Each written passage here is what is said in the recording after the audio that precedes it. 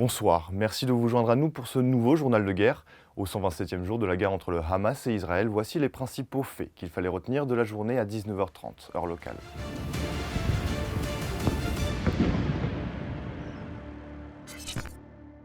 Commençons par la situation à la frontière libano-israélienne. Israël a intensifié ses frappes aériennes sur le territoire libanais, ciblant des cibles plus profondes à l'intérieur du pays. Un drone a visé une voiture et une moto à Jadra, au nord de Saïda, tuant 3 personnes et en blessant plusieurs autres. L'attaque visait une figure palestinienne associée au Hamas. La personne a survécu. Le village de Riam a également été visé, faisant 3 blessés. L'artillerie israélienne a également visé des zones résidentielles à Houla et Wadi Slouki, tuant une personne et en blessant une autre. D'autres raids ont été signalés à Jabal Blat, Labouné, Hamoul, Markaba, Konin, Nakoura et près du quartier général de la Finule. Le Hezbollah a rapporté la mort de 2 de ses membres dans les frappes de Jadra et de Nakoura.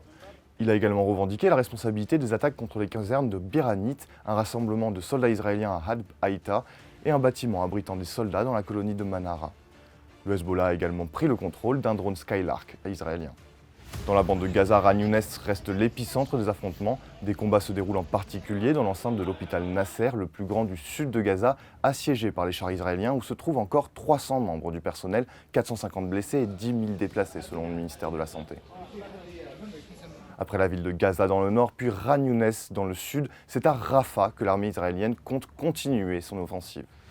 Adossée à la frontière fermée avec l'Égypte, la ville est le dernier grand centre urbain où les soldats israéliens n'ont pas encore pénétré, et le principal point d'entrée pour l'aide humanitaire toujours insuffisante.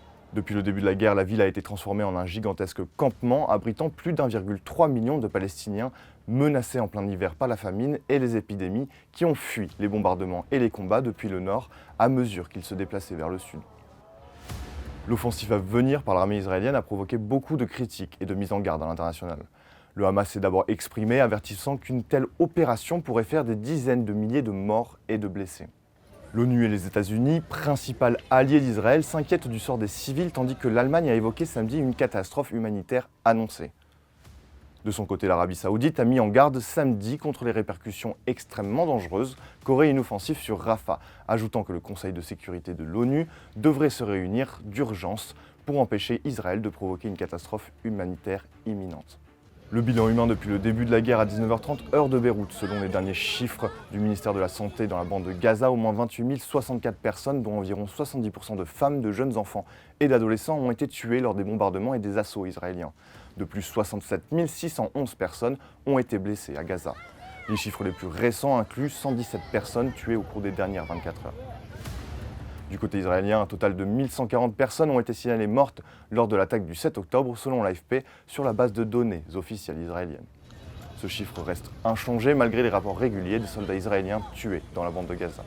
C'est tout pour le récapitulatif d'aujourd'hui. Rendez-vous demain pour un autre tour d'horizon de la situation. D'ici là, restez connectés sur notre site www.icbeyrouth.com ou dans la section Guerre Israël-Hamas et sur toutes nos plateformes de médias sociaux.